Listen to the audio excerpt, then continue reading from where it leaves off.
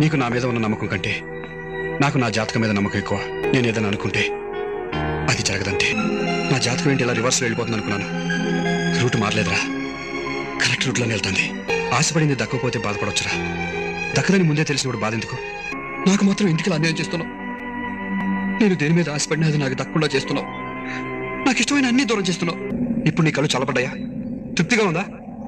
ఎందుకయ్యా నా మీద నీకంత ద్వేషం? అసలు నేను ఏ పాపం చేశాను నన్ను ఇలా ఏడిపిస్తున్నావు? You are great. పాలతో అభిషేకం చేసే జనాలే నిన్ను నీళ్ళల్లో తోసేసి నిమజ్జనం ఎందుకు చేస్తున్నారో నాకు ఇప్పుడు అర్థమవుతోంది. నేను పిచ్చోడిని, తెలియక నేను నా దగ్గర ఉంచుకున్నాను. నువ్వే నా దేవుడు అని పూజించాను, కానీ నువ్వు పండుగ చేసుకో, గెలిచానని గర్వపడు.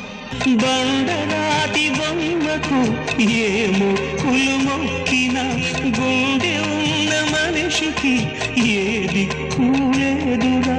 కన్నీరే కాటేసే కర్మ నీకు తప్పునా?